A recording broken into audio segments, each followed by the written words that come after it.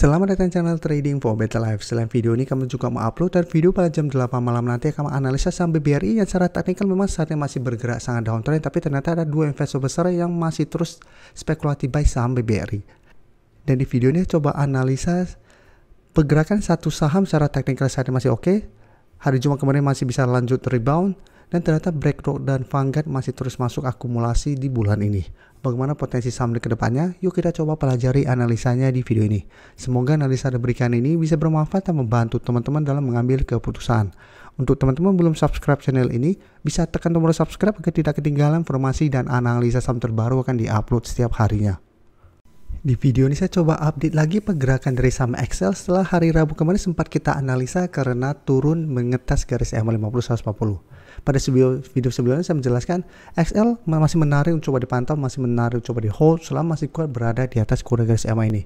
Karena masih ada potensi untuk bertahan dan rebound.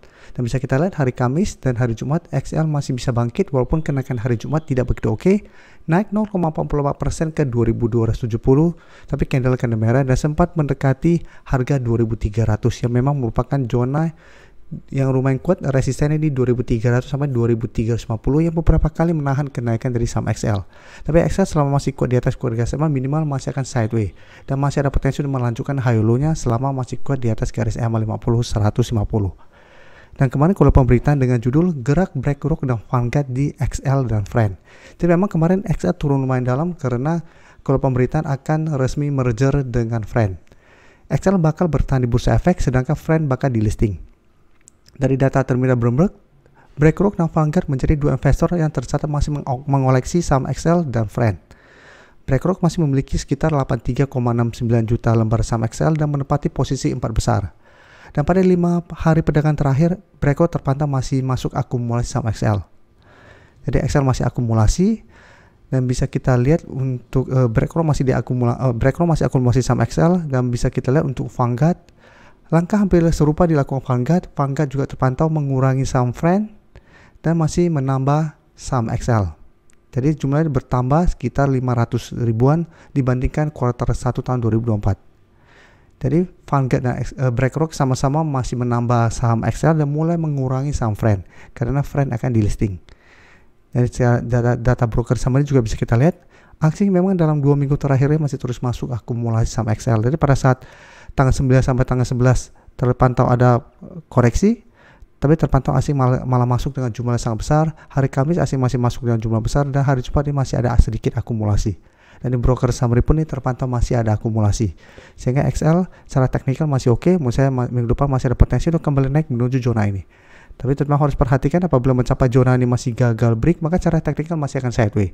Karena memang dari bulan Agustus bisa kita lihat XL selalu kesulitan untuk naik dari zona ini. Apabila masih gagal break, secara pergerakan masih ada potensi untuk kembali melemah ke garis EMA 50-150.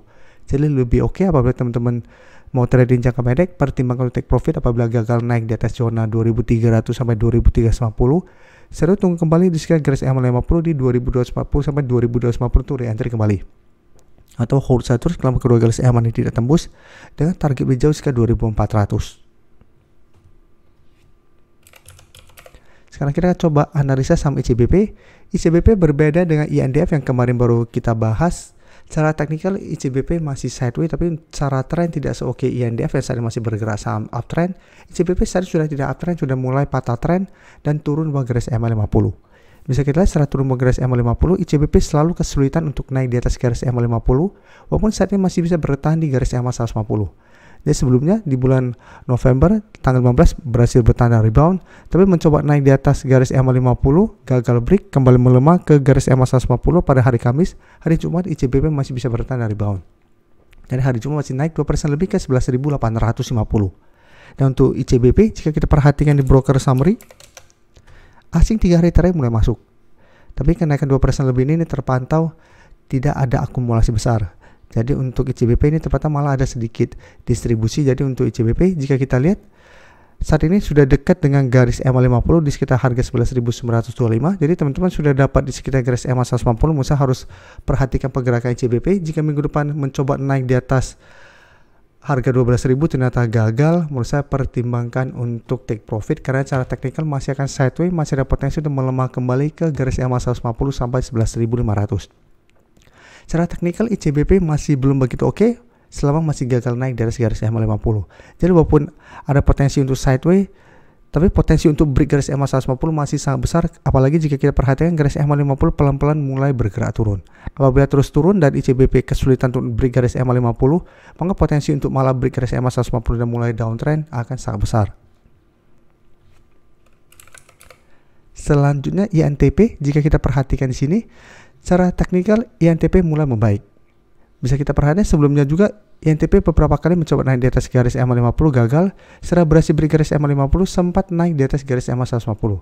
Tapi belum sempat masuk atau mengetes zona 8000-an, INTP mulai melemah dan bergerak downtrend kembali.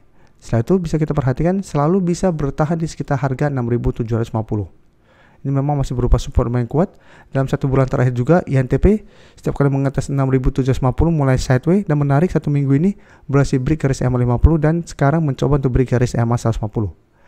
Jadi apabila minggu depan INTP terkonfirmasi break, maka INTP juga akan mulai uptrend kembali dengan target kenaikan terdekat di sekitar 7.800 sampai 8.000. Untuk INTP jika kita lihat asing memang terpantau melakukan sedikit distribusi, tapi secara pergerakan 2 minggu terakhir asing sudah mulai masuk akumulasi. Kenaikan 0,68% juga terpantau ini masih ada sedikit akumulasi. Jadi INTP maksudnya masih sangat layak untuk the hold apabila memang teman-teman dapat sekitar 7.000 ke bawah. Teman-teman bisa jadikan 7.000 untuk trend stop atau garis EMA 50 yang start sekitar 7.050 untuk trend stop. Atau pertimbangkan untuk swing, take profit apabila ternyata minggu depan INTP gagal break garis EMA 150, setelah itu tunggu kembali di sekitar 7.000 untuk re-entry kembali. Jadi balik lagi ke trading plan teman-teman, apakah mau swing atau mau hold terus selama tidak turun buat 7.000. Dan INTP akan menarik apabila berhasil break garis EMA 150 karena akan mulai uptrend kembali.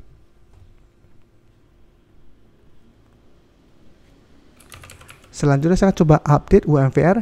UMVR bisa kita lihat sebelumnya sempat kita bahas pada saat berada di sekitar 1850 dan saya sudah mencapai target di 2000. Pada pembahasan sebelumnya saya menjelaskan jadikan 2000 sampai garis EMA 50 untuk target take profit karena apabila masih gagal break secara teknikal UMVR juga masih belum oke. Karena ada potensi untuk kembali melemah. Jadi bisa kita lihat berhasil naik di atas 2000, mencoba break ternyata gagal dan saat ini kembali melemah ke support 1850. Jadi secara teknikal ini masih akan sideways dan jika kita perhatikan untuk UMVR berapa hari terakhir asing sudah mulai keluar dan penurunan 1% ini masih ada distribusi. Jadi untuk UMVR hati-hati apabila minggu depan mencoba bertahan di 1800 ternyata gagal, maka UMVR akan lanjut turun menuju support sekitar 1750.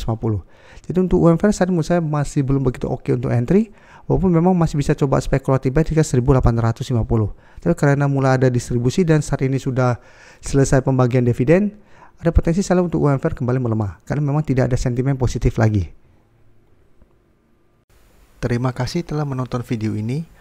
Like dan share video ini bila bermanfaat bagi teman-teman dan support channel ini dengan cara tekan tombol subscribe agar channel ini bisa makin berkembang dan bisa membantu lebih banyak orang lagi. Terima kasih.